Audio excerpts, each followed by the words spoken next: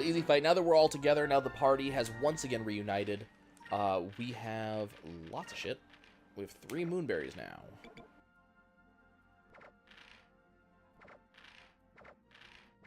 I was going to go straight to Vice once I get number 4.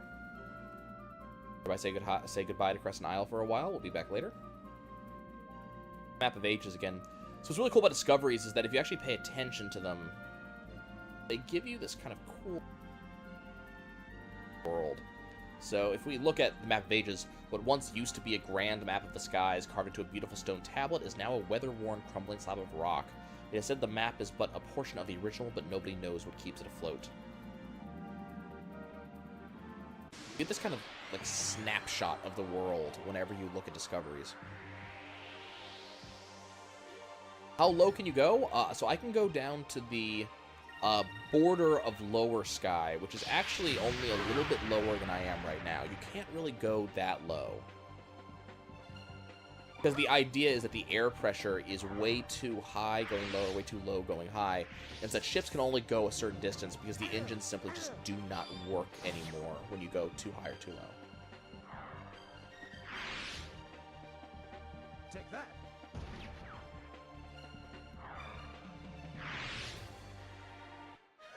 That was easy.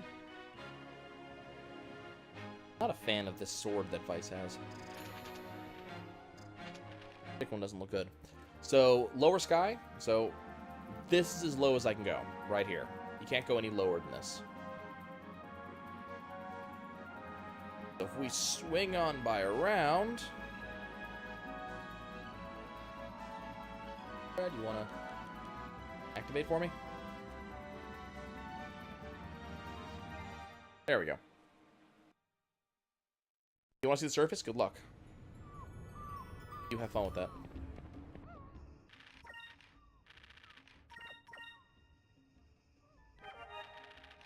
Okay. We have a cutscene that we have to activate.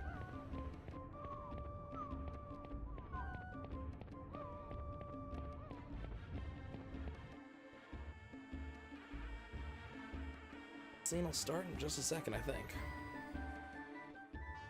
Yep, here we go. Well, this runs, I'm gonna have a bite of pizza.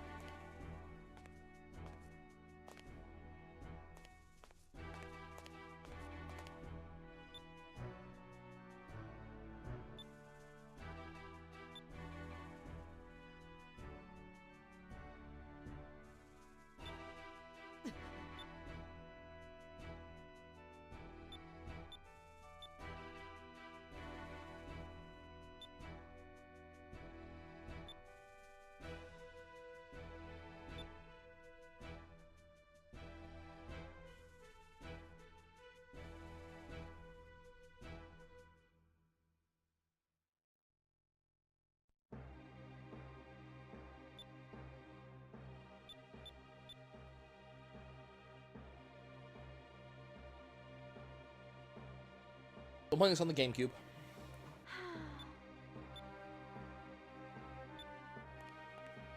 Okay, so lots of shit just happened. So we got to Valua. We kind of relaxed for a second there. And it turns out that... Or not got to Valua. We got to Nasrad. Found that Valua was attacking. So Valua blew the crap out of the palace. And then as we were trying to run away, we found that our ship was being burned to the ground. And someone named Ramirez, who we know is one of the admirals of Valua,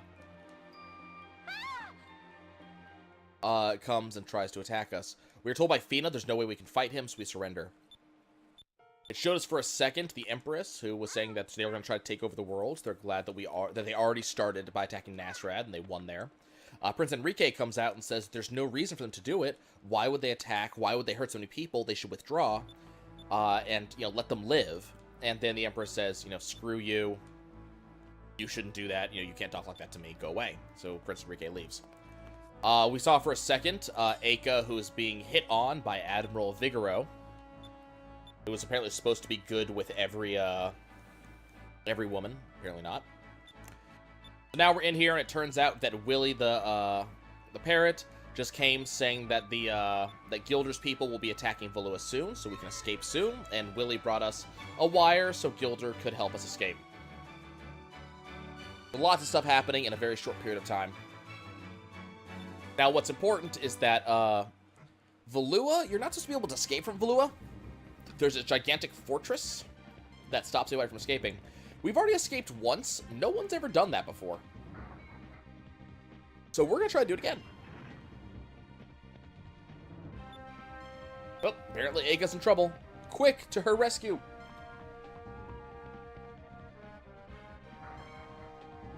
Oh, hey, guys. We can handle this. It's just 2 Valuan soldiers.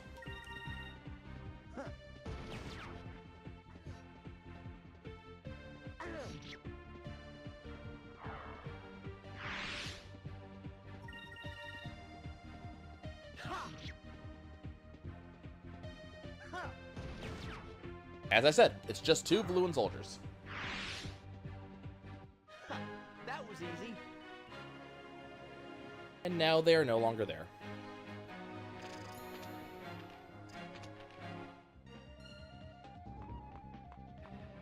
Go ahead and save real quick, because I don't want to watch those cutscenes again.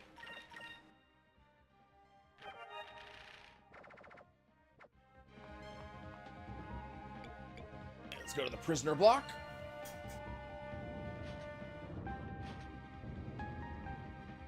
So we're just, very good at breaking out of jail, apparently. About right, though. We are pirates. Okay, quick. Let's get to Aika.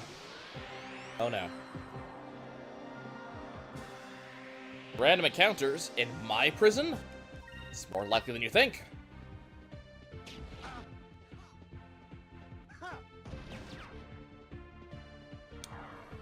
Yeah, it's hard to say if we are over-leveled right now, because I haven't exactly been grinding very much.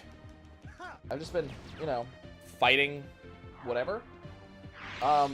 It's hard to say if we're over-leveled or if these enemies are just meant to be easy. I wish they were all that easy. Me too, Gilder.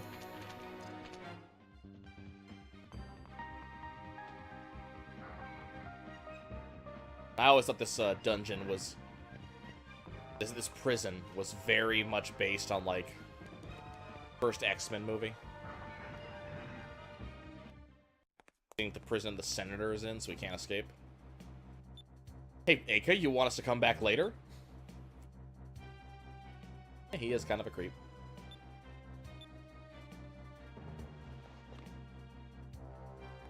Yep.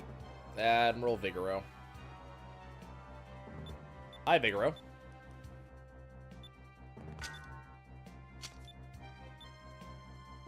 So we will have to go to the Imperial Palace to get to her. Okay. So you'll notice that we have a different music here.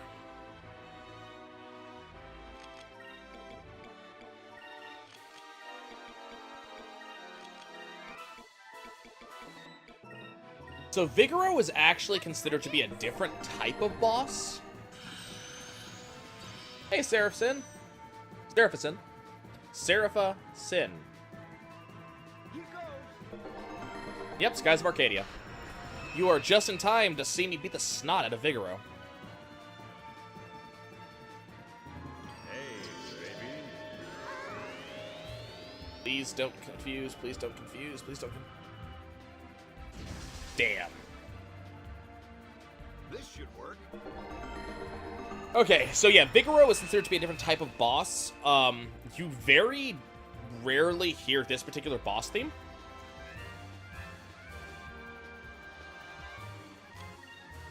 Vigoro, just get wrecked, buddy.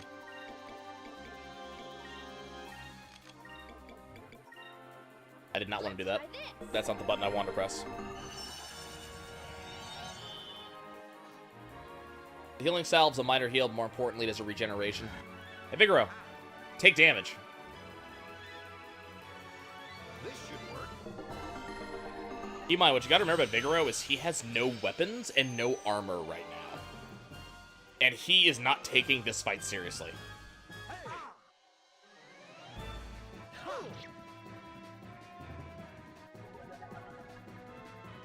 Like, he's not actually a pushover, even though he seems like he should be. No, I'm not gonna bother. We're fine.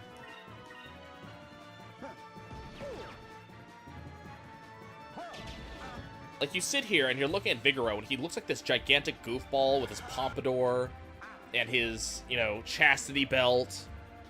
But he is not taking this fight seriously. And in fact, if I remember correctly, the only person he will ever attack in this fight is Eika until she has been downed.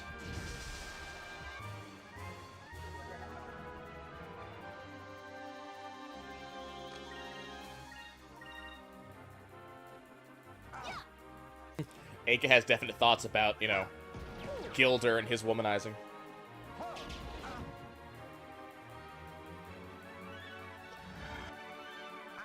Okay. And there goes Admiral Vigoro. We will never see him again.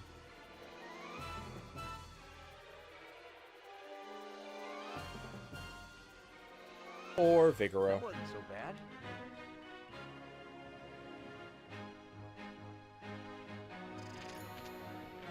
I'm not going to show it off now, but there's actually a thing that in Japan, he doesn't have the shirt and the vest thing that you see on him. It's actually a wife beater made of chest hair. And he outright points out.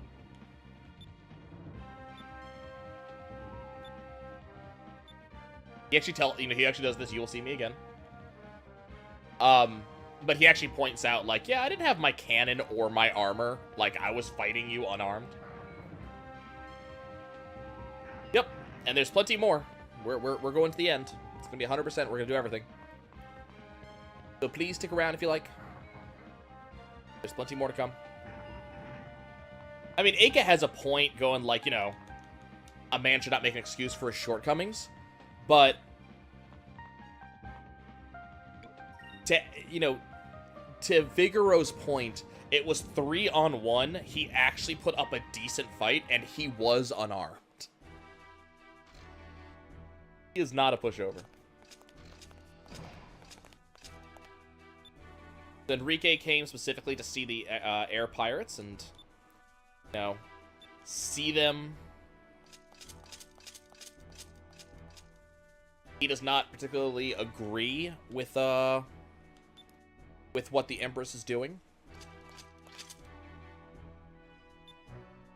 And now he has learned that Vice and the other pirates have escaped, and he does not seem particularly upset by this. So he outright tells this guard to not tell anybody about what's going on. So Enrique may or may not be a little bit on our side, right? Okay. So we need to do stuff. We need to escape from the Grand Fortress. Oh, you have the picture?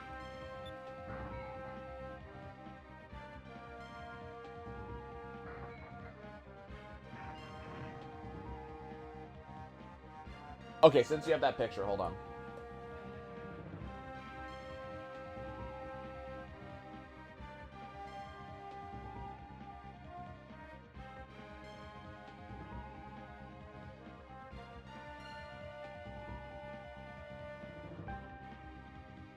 So that's the picture in question of Admiral Vigoro and his wife beater made of chest hair. It's special.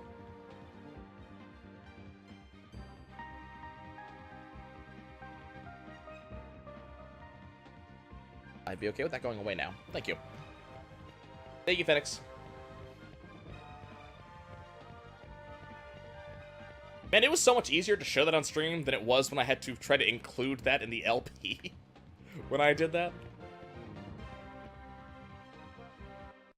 Okay, so we have found this gigantic cannon's bullet. And this is just one of the cannons on the front side of Valua's you know, grand wall.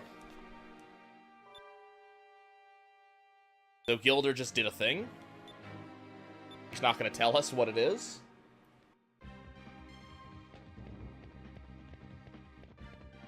Okay, so kind of important to note, as I said, we do have to get 95% of all treasure chests in the game. This is one of those zones in the game that you can never come back to. And there are a small amount of treasure chests we do have to pick up. So do not miss them.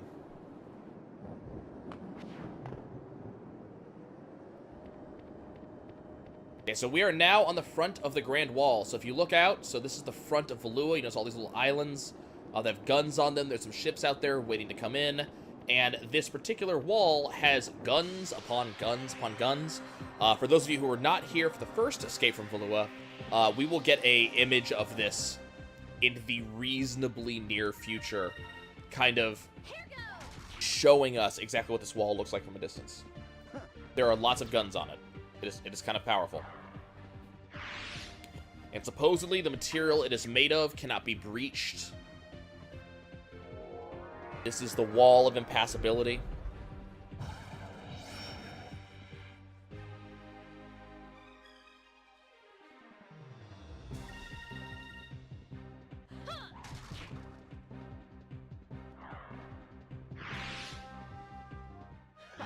That was easy. Okay.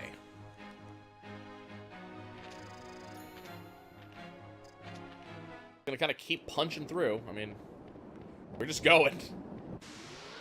Oh, okay. Apparently we're in one of them high encounter rate zones.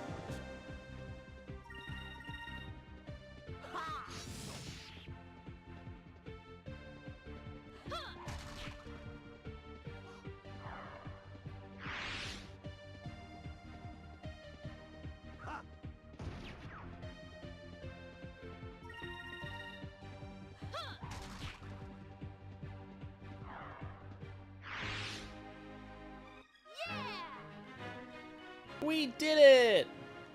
Hooray! Okay. We're getting there.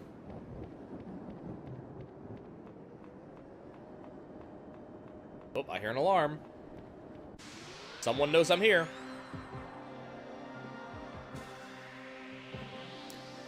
So among other things, Valua is known for being under this, like, eternal storm because of the influence of the yellow moon. So that's why it's, like, so dark and dreary here, and you see, like, nothing but storm clouds. It might explain why their people are such assholes, because they're always in a mood because of the weather.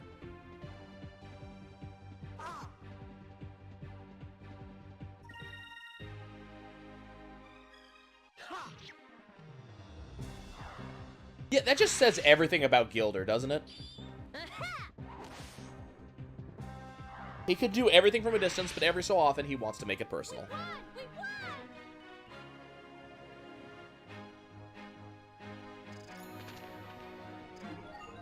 Okay, Vice just learned Pyrulin.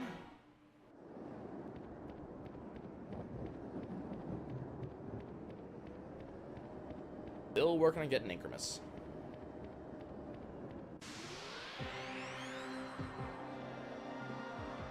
So yeah, the encounters. They're just gonna keep coming. I always found it interesting that the main three, so Vice, Fina, and Aka, will always load into combat first before the guest character. It's something that's always interested me on how that works. So watch what happens whenever we load into a fight. You will see that. Melee attacks are not always critical. So what happens is when we do a basic attack, there's this whole thing going on during combat. This kind of, you'll see characters run around, they actually engage and fight each other in the background. It just kind of makes the battlefield seem like it's doing something instead of this just back and forth, my turn, your turn sort of thing. So it's this kind of constant thing the game does. And what's kind of interesting about that is that characters are not always next to each other when they're fighting. So every character has a ranged attack and a melee attack. And what's kind of cool about that is that they will use just whichever one they kind of feel like at the time. So what you'll see is that every so often, you know, Vice will attack someone by slashing at them, but Vice also has this kind of air-splitting sweep that he does. Does the same amount of damage, the same attack either way. It doesn't actually change anything, but it just changes the animation. When certain characters crit, however, they will have specific critical animations. Okay, so here is the Claudia is now attacking, which is going to get the attention of the Valuans. You know, no one can really break through this wall, so the Valuans are not going to really think too much, but they are going to want to retaliate, right? Yep.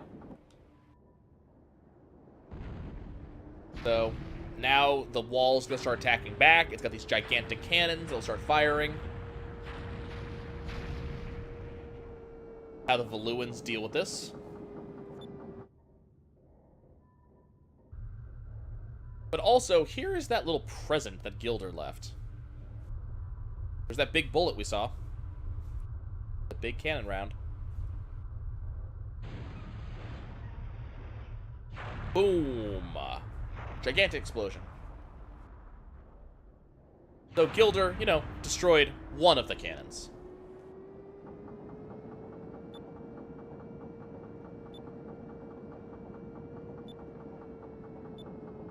Okay, so now it's time to move on.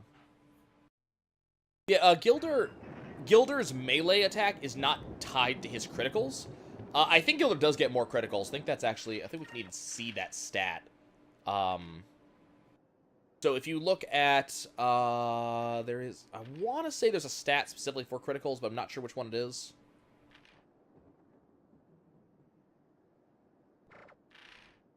I'm not sure exactly which one it is. I think Gilder actually does get more criticals, but it's got nothing to do with the fact that he runs up and goes into melee.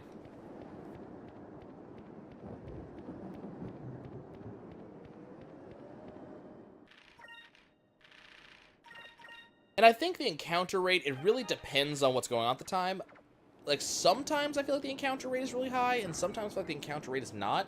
It feels like there's areas that have higher encounter rates than normal.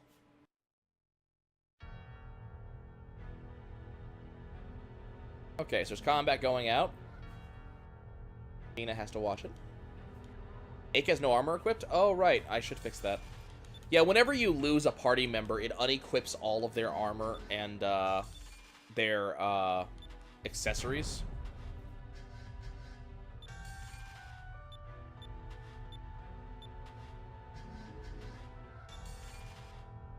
So it turns out that Fina knows Ramirez. She asked him why is he fighting for the enemy. He just says he fights for Lord Galcian. And then Ramirez is just, and then someone comes in and tells Ramirez, "Hey Ramirez, it's an emergency, we're being attacked." And Ramirez is like,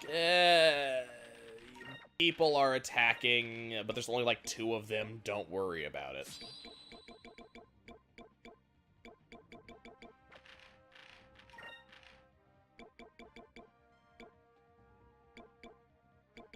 Yeah.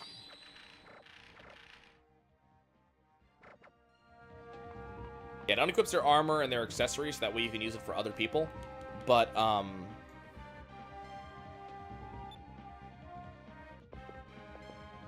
doesn't unequip their weapon, because everybody else can only use their own weapons. Ramirez is telling people not to worry. You know, it's just like 2 or 3 ships.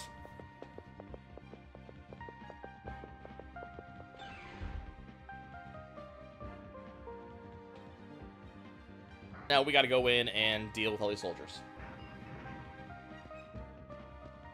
Because they have been told that if the soldiers desert their post, Ramirez will kill them himself. Hello, friends.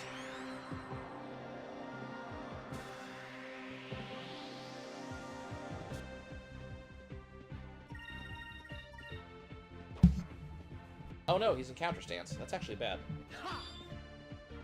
That puts him into automatic defensive position, and then he'll counterattack anything I do to him. And it just so happens that that is the one guy that we're attacking right now. See, there's that ranged attack that we were talking about. So this guy can poke, but he also has a shot that he does.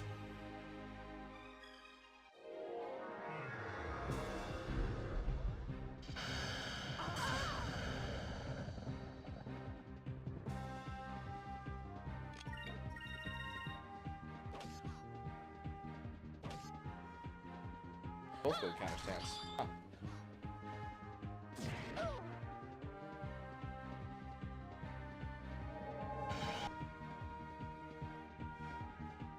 The rain of swords deals some damage. Gotcha. Hello, friend. You guys just kill this dude. We don't need this nonsense in our lives. That was easy.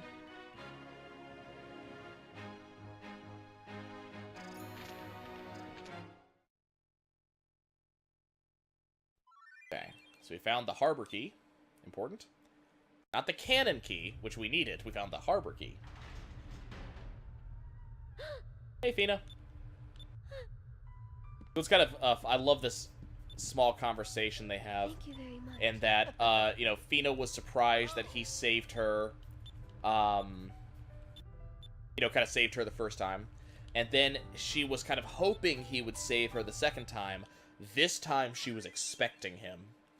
And, you know, they had this kind of tender moment, and I kind of love this conversation because, you know, Gilder looks over at Aka and sees her kind of looking on and goes, you know, you look at, you know, you have this look on your face. Do you wish that Vice would say those things to you? And Aka goes, I don't have to wish. I know he would say those things to me, and I know he would come and save me if we needed to. And, it's this kind of this moment that, yeah, like, the girls may have feelings for Vice, but they also understand it's got, you know, he will save both of them if he needs to, and they would do the same for him. And I kind of love that feeling.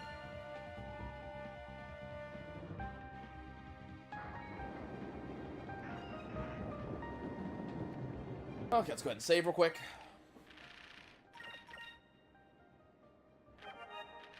Okay, so Fina, I have to also fix her armor. Will also have nothing equipped because of reasons.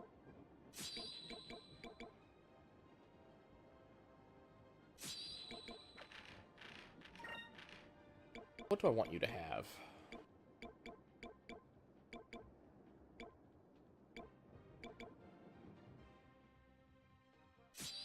That. Okay. Now we get a rather interesting cutscene in a second here.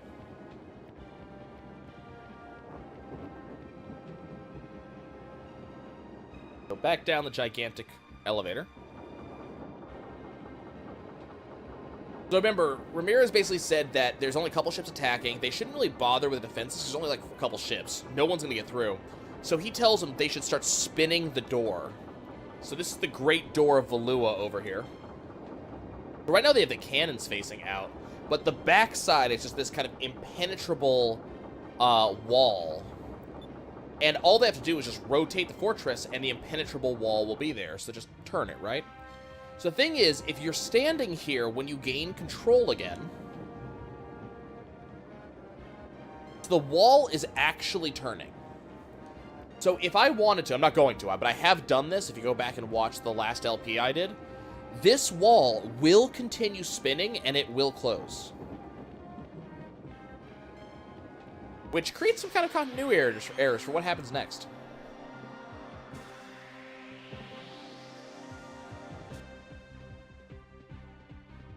Okay, so the gang's all together again.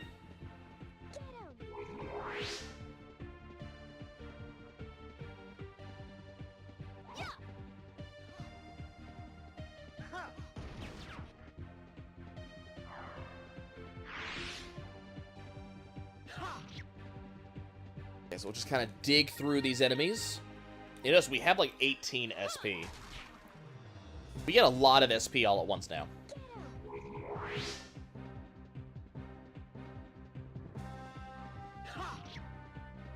So there's Vice going in for the melee.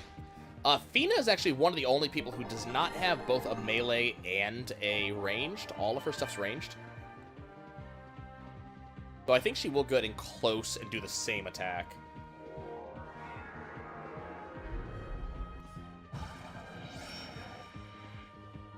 I have to look. I think Fina... I don't think she has different animations. Gotcha.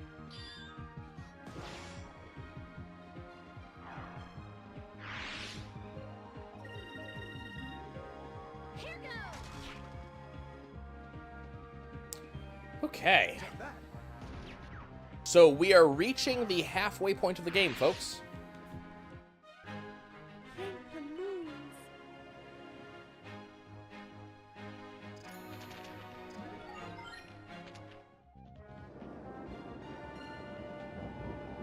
There's actually a specific point that I consider to be the halfway point. There's a specific point, and we're actually about to hit that. Okay, this area is interesting. We have the light. In a second, whenever the game gives me control, that light. If I'm seen, we get an encounter. If I'm not seen, we don't.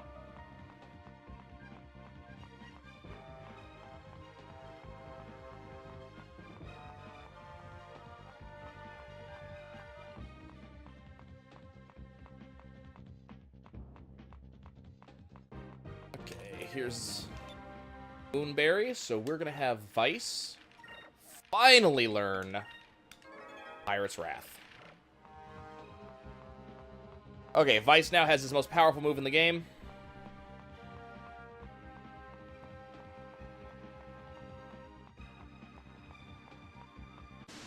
There's an encounter. I was hoping to avoid that, but that's fine.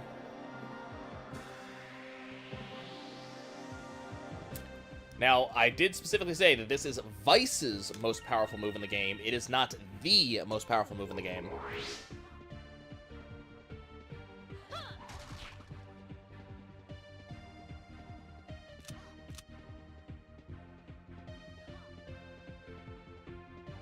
Chances are I probably won't use the most powerful move in the game in this upcoming boss fight. I'll tell you why when we get there.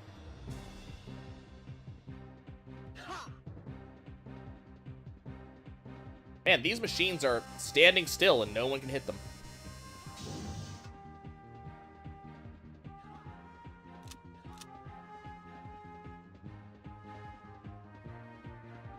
Is it my turn yet? Okay. Now we can kill them all.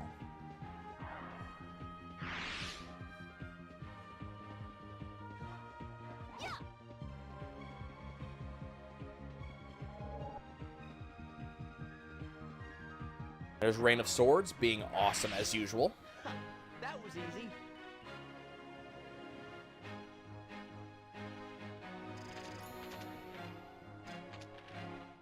Okay. Now we need to make sure we get this chest right here. This is one of the Zivlin Bane chests.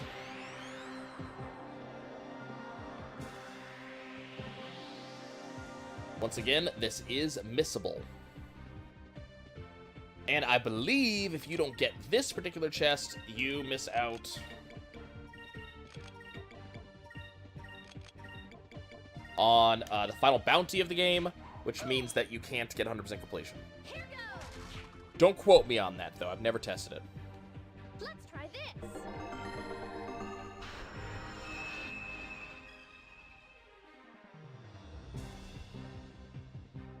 Let's try this. Let's try using this. We've used it before, so we know it works, but, you know, let's try it. Here goes.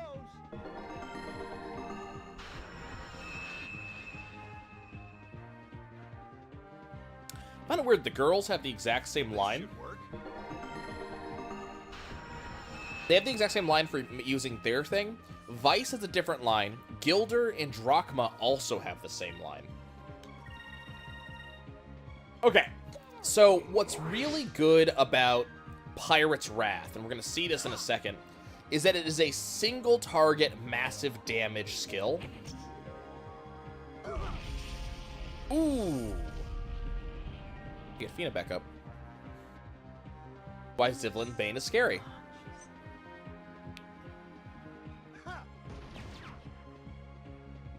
So Pirate's Wrath is a single target massive damage skill, and now I can't use it for another turn. But it's kind of important because of the single target nature. It has this gigantic damage multiplier, and it's based on Vice's base damage plus weapon. So the more strength Vice has, and the better weapon he has, the more damage that Pirate's Wrath will do. So Vice just becomes stupid powerful eventually because of this. But there's another skill that you will not see me using yet called Prophecy. We've had Prophecy for a while. I just don't use it because it takes too long. Make 4,000 damage off of Pirate's Wrath. It is a huge attack. That wasn't so bad. I might use Prophecy in this next fight just so I can show it off. Just to kind of show why I don't use Prophecy. Yeah, this is the knife, right? Unholy Dagger? Yeah, we have to get that. So what makes Prophecy annoying is that in order to use Prophecy, you have to have full SP. The entire bar has to be full. And the problem is that takes a while. So let me show you.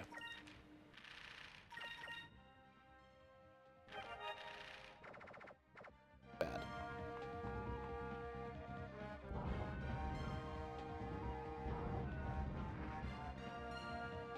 Okay. By the way, anybody know how long I've been streaming?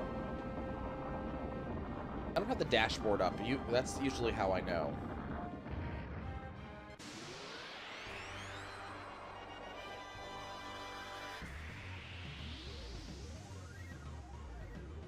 Which dashboard? 2 hours, 26 minutes. Okay, so I was almost exactly right about how long it would take me to get here. Neat. Okay, so let's... Fight. This should work. Okay. So we got some stuff we gotta do. Let's try this.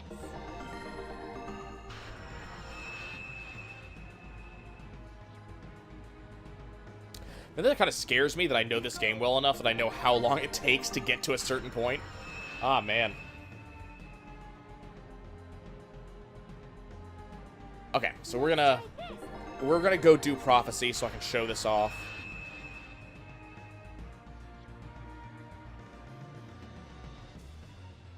Ooh, not good. Oh, come on. Don't hit Fina with this. Come on. Glad that she was able to freaking get off Glyph of Might first. Nope, didn't save her. Okay. That sucks. Wheel Blast, just this extremely powerful attack. I don't mind that she went down. That's not the reason that I'm annoyed. I'm annoyed because it means that we're not gaining, where's the Slim box? Okay. What annoys me about that is that I'm not gaining SP while she's down.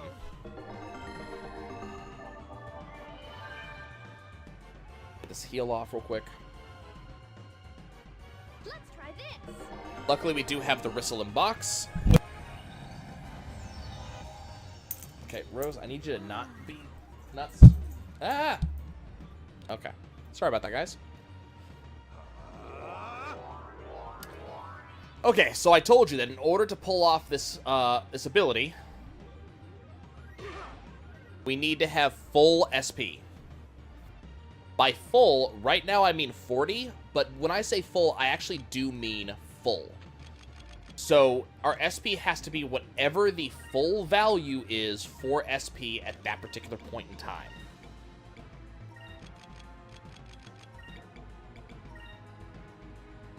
Let's try this. So we're working on it. Hold on. So generally, full SP is 3.5 turns of SP, somewhere around there. And that's a very specific number. The reason for that number is that every turn you gain a certain amount of SP. So right now we're getting 9 SP per turn. This should work. If everybody focuses, a focus means that we gain additional SP from that unit for the next turn equal to what they generally generate. So right now, Vice generates, I think it's 3 or 4, I think it's 3 SP. So if he focuses, generates another 3. So if we have turn 1, where we start with 9, and then turn 1, we focus everybody, and then we get the SP from turn 2, we're going to go ahead and do that. Then what that means is that by the end of turn 2... sorry, by the beginning of turn 2, because of the on-the-turn SP and the focus, we will now have 27 SP. So 9 for the original, 9 for turn 1, 9 for the focus, 9 for turn 2. So if we could do Prophecy based on just 3 turns of SP, we could do Prophecy every 2 turns. They don't want us to do that. So instead, it's like 3.5 to make sure that we have to focus in order to be able to do this ability. So we'll be doing it next turn as long as this thing doesn't kill Fina this turn. Okay. So Prophecy. As soon as the turn starts and we have full SP, which you will see in just a second, you will see a new thing be added to... Oh, no, we can't do it yet. Never mind, I take it back. We'll do it later. That's right, I haven't triggered it yet. It's okay. Okay. We'll do it. We'll do it a little later on. Doesn't matter though, because I'm just gonna Pirate's Wrath, and we're just gonna kill this thing. That's all. That's what's gonna happen. Watch, Pirate's Wrath, and his health goes away. Okay, so the reason I don't use Prophecy, hey, good music. Partly is you can't use it until a thing that's about to happen, and I forget it every time. But the other reason, it's because... Leave Fina alone, you jerk! The other reason is just because Pirate's Wrath is so good. Prophecy takes 3.5 turns to charge. Pirate's Wrath takes a turn and a half to charge.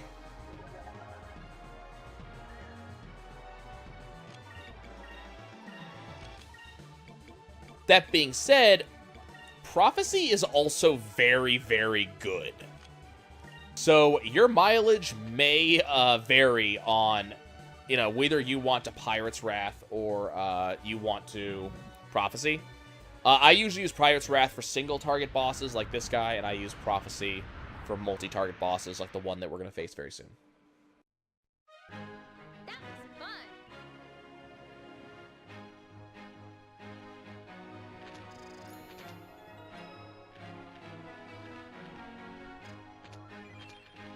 Okay, guys. Get ready for the best thing to happen. The best thing. A gallant voice is telling us to get on the lift. What should we do? Take our chances and hop on. We can't do anything here. Quick, jump on the elevator. So 2 amazing things are about to happen. Oh, hi, Prince Enrique. What are you doing here? Hail. This is the Prince of Valua. Okay. Yep, he knew that we would try to go to the docks and escape on a ship, so he wants us to follow him. This makes sense, right?